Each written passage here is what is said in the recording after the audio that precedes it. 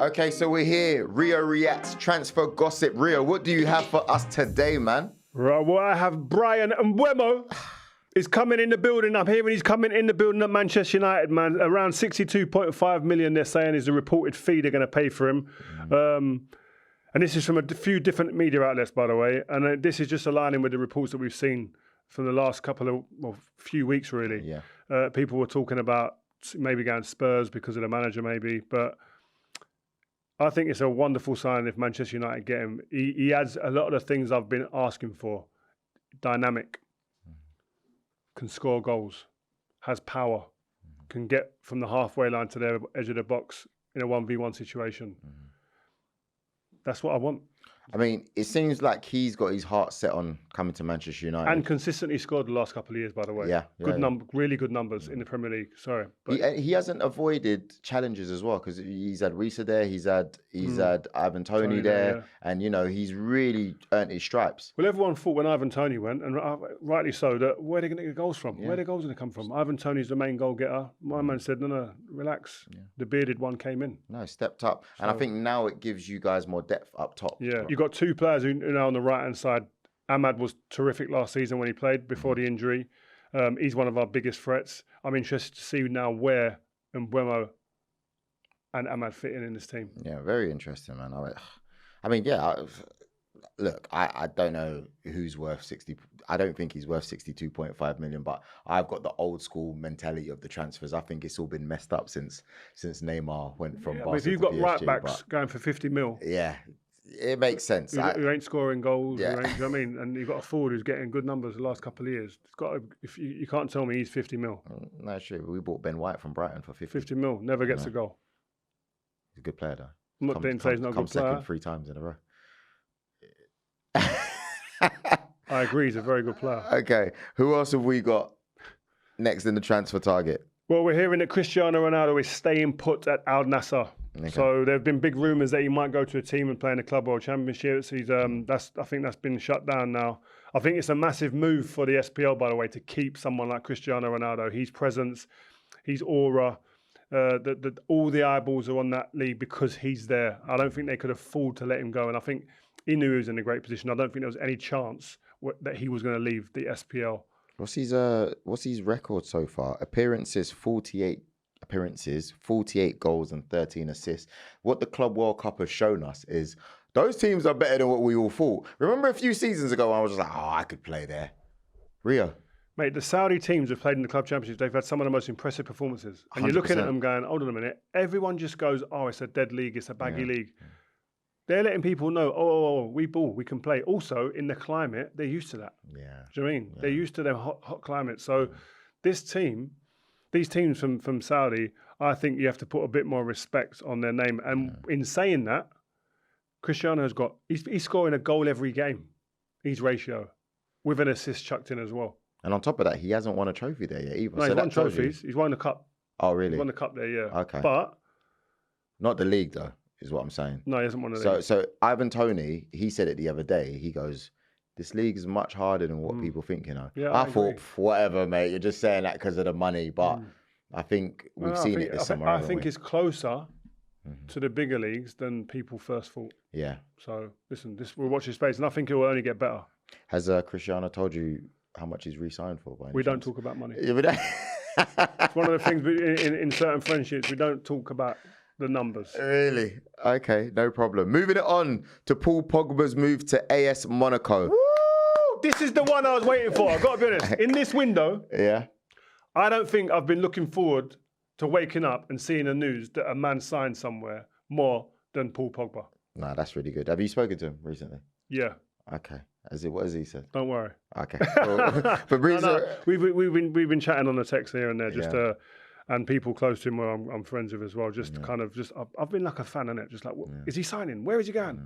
Come on, man, give me some news. There's no news. I just heard this. I just heard that. So I'm just happy that now this breaking news that Paul Pogba's going to go to AS Monaco. And what I think is really good there's a lot of young players there.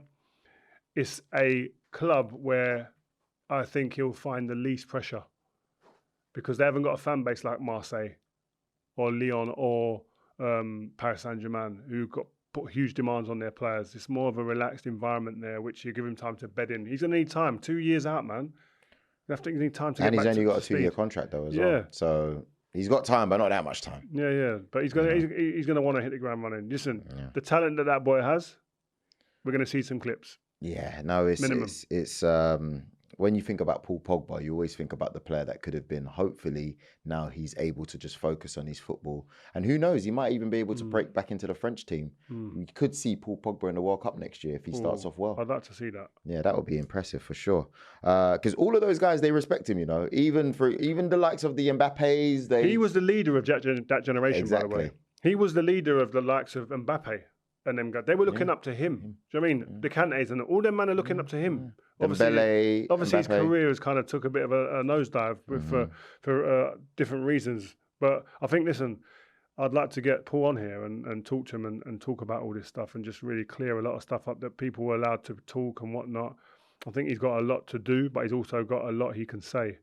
And he'd be probably one of the most compelling realist interviews that we could get 100%. At the moment. And he's always got good vibes as well. So always the vibes. Like, Fem, the whole team, sort it out, man. We need to hear from him. Okay, Jadon Sancho to Fenerbahce. So reports say that Jadon Sancho has reached an agreement with Fenerbahce on personal terms for a salary of approximately 10 million euros. Now, Fenerbahce will begin negotiations with Man United with the move anticipated to be finalised positively. Now, Jadon Sancho, he's played 31 matches, scored 3 goals, and he's had 4 assists for Chelsea.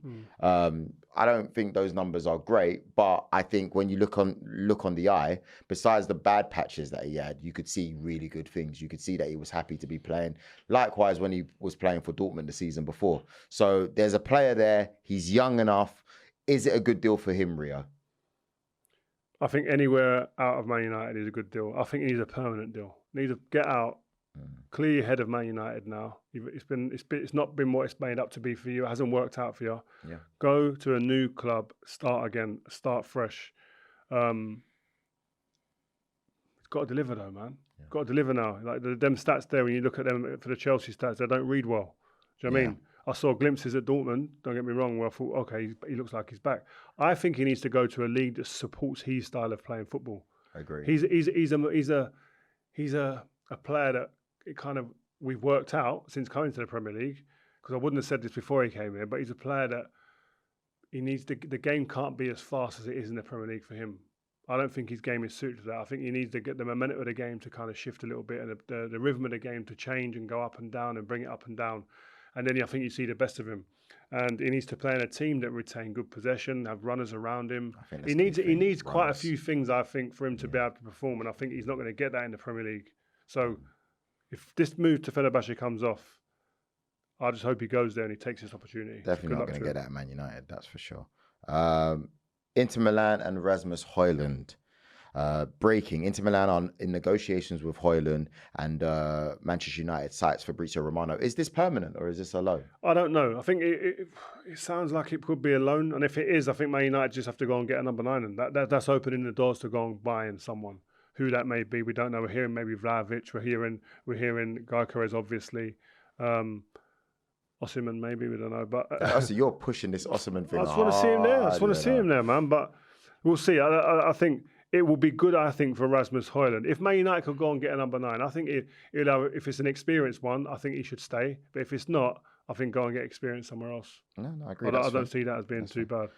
Thomas Partey leaving your club Arsenal. Fabrizio Romano confirmed that Partey is set to leave Arsenal as a free agent at the end of this month. What are you saying? Yeah, I'm unhappy with it. Because you've negotiated and activated on an option to replace him with Brentford midfielder Cristiano Ronaldo. Norgard, same age. So you haven't gone for anyone younger?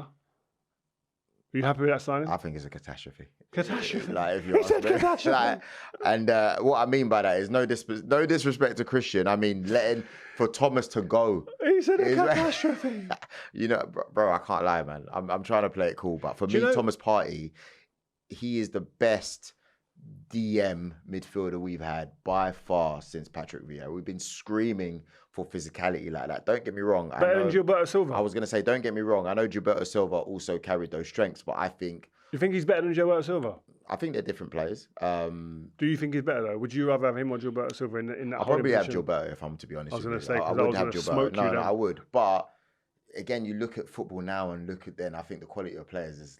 I think we can all agree like it was better in your generation. Do you see what I mean? But I think in that position, we haven't had such a mainstay in so many years, and he has been.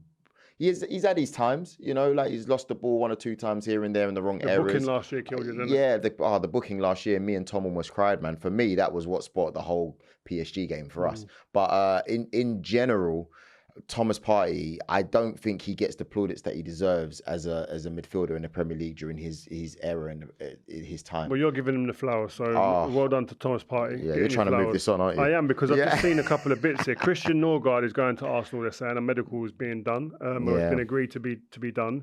So that takes your signings this transfer window to being Norgard from Brentford, 31 years old, Kepa, reserve goalkeeper or reserve goalkeeper at Chelsea, and Martin Zubimendi. And you're crying out, your whole fan base is crying out for a centre forward or a left winger. It's going to come. Oh, is it? Yeah, no, it is going to come. Like, they're not going to, it's just that because that's where, as you can see, we've spent 5 million on Kepa, right? These are the signings to plug the holes in. And I get it. It's just in a reverse way. We would have rather to do it like Liverpool. Liverpool have gone for the big signing straight away, you know, Flo and Jeremy Frimpong. But the reality is we're going to sign a striker. It's just when. It's not a if, it's a when, you know. And when you're dealing with big money, like I said to you last time, you know, Benjamin Sesko could cost us £92.5 million. You know, that would be second only to Declan Rice. So it's going to take a little bit more time. If you're looking at these big signings, they're always done a little bit later on with Arsenal, you know. All right. So Mars Lewis-Skelly signs a new deal. I think that's a wonderful thing for the club. Around 38 appearances last season, 10 in the Champions League. They're so well in the league. When you have other players that have been, through no fault of their own, injured, like Calafiore, he's grabbed that show. Breakout season. I'm interested to see. Second season is always the toughest. Yeah. The second, when you come in as a kid, your second season, everyone knows you now. Yeah. No surprises. Yeah. Can your game evolve? Can you add some new layers to it? But I'm sure you would be close to agreeing that his character, for what you've seen in his confidence. I love it. Yeah, I've got no doubts about him. Yeah. I ain't seen no chink in his armour yet. Yeah. So that's good. Nico Williams, I'm not interested in this anymore. Didn't you? Nah, because as soon as he said he didn't want Arsenal. No, he didn't say I don't want Arsenal. He said I want Barcelona. It's basically you're saying you don't want Arsenal. Yeah, but I get it. It's his dream move. He's going to be playing with his best mate. Yeah. I mean, Lamine Yamal on one wing, Nico Williams on the other. It makes sense. They've won the Euros together. Do you know what I mean? I understand it. He's saying I'd take less money to go Barca than anywhere else. Is that what he's saying? That's what I'm hearing. Wow. So big move. I think Bayern Munich they hoard wingers. Yeah. Isn't it? For years from the Ribery's, the Robins, the Gnabry's, Sane, Coman. Madness. Elise now. You know what I mean? They love wingers. So I wouldn't be surprised if Barcelona can't afford to get that deal done, that Bayern Munich don't swoop in. I think we haven't spoken enough about Elise this season, just in general. A very good season. I know this is not what it's about here, but we've seen you. He's the eye test don't lie, and his numbers ain't lying either. Yeah. Can we just touch on another player in that league, the German league, Florian Wirtz to Liverpool? Like Rio, that's a problem signing. You know that. I think that the what's not talked about a lot is Liverpool's ability to have gone and got a player that City were after, Bayern Munich were after, and reportedly Real Madrid were after, and Liverpool have come out on top in that quickly as well. Quickly. Yeah, exactly. Just that alone, they've fended off those big clubs there and said he's ours, and they spent the big money on him. They've moved the way I want my club to move. They've gone out there. They've got Frimpong. They've gone out there, they've got Kirkes. They've gone out there, they've got Florian Wirtz. It's like they're not playing. Yeah. They're possibly going to shift Nunez. They're moving like a big club. They've tied down Verge and Mo. I can see it so clearly at the club right now, and that's what it's Liverpool. I'm not really enjoying saying this, but I can see their whole process, and it just looks too clear. The clarity is too. It's HD, full HD. Because and for a player, that's what you want when you walk into a club and they're pitching the club to you. I can imagine Slot walking in calm, like he did in his first interview we see on TV, his first couple of interviews done where everyone went, oh, this is what it is. Wow. Yeah. That is clear. He's just punched it in and gone, this is what we do, this is what I do, and this is what they do as well, by the way. I've told you their game plan as well. It's like he's reading out his game plan for the next 3 years. This is what we're going to do. By the way, this is where I'm going to plug you in. And this is why you're going to be a star. This is why you're going to be the best. This is why you're going to score goals and assists. We're going to play for... I can see that he's saying all this. You're putting me down. And Verge is sitting there going, I came in here thinking, I'm still not sure when I walked in about Bayern or Real Madrid or Man City. I'm going to meet them all. But I think he left that meeting with these guys and went, boy, to his agent, listen, whoa, agent, don't even take the call no more from any of them clubs. I'm here. Do you know what's crazy, right? If you were to rank those clubs that were after him, Liverpool are probably the least likely to be champions again in their respective league. Do you reckon? Less likely, because you got the likes of, someone might argue with me, but you got the likes of City, you got Arsenal. There's more competition in the English Premier League. If you go to Bayern, you're guaranteed the title. Madrid is hard, but it's only Barcelona you're fending, really. You know, it's going to be a tough. It's going to be a tough call. It's a tougher place to go win. Between it though, it's only going to be Liverpool and Man City. What? Arsenal might kick up a fuss for a couple of months. Stop 6 it, Rio. months. Let's just move on because I'm not here to do this. Luka Modric to AC Milan. Ballon d'Or winner. That's crazy. Perfect league for him, I think. It's a nice way to go out for him. Yeah. Nice way to go out. Good luck to Luka Modric. There's nothing else to say. I just want him to do. He's one of those guys who's universally liked, isn't it? Can you imagine you're Tammy Abraham or, you know, one of the English players? Or... If you're Tammy Abrahams and he's looking for a move and you hear Modric coming, you go, whoa, pause, guys, I'm back. Loftus Cheek. Yeah. What is he going to learn? He's going to get fed the ball. God, ridiculous stuff. Well, anyway, guys, that's it. That is Rio Reacts transfer gossip. Let's go, man. We're going to come back to you throughout this window with reactions to all of the stories that are going on, all the transfers. Yeah. Also, if you want us to mention some of the transfers, at us on X, at us on Instagram. We need to hear more from you so then we can react to what you've said because we want to be giving you guys shout outs.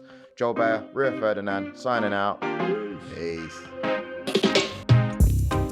Thanks, guys, for listening to this episode of Rio Reacts. Hope you've enjoyed this show. And if you have, make sure you leave us a review and follow this Rio Ferdinand Presents feed to make sure you never, ever miss an episode. If you've got a point you think we should be discussing or want to put us on the spot with a question you want answering, get in touch using the fans first at rioferdinandpresents.com email address or use #RFP on social. See ya on the next one.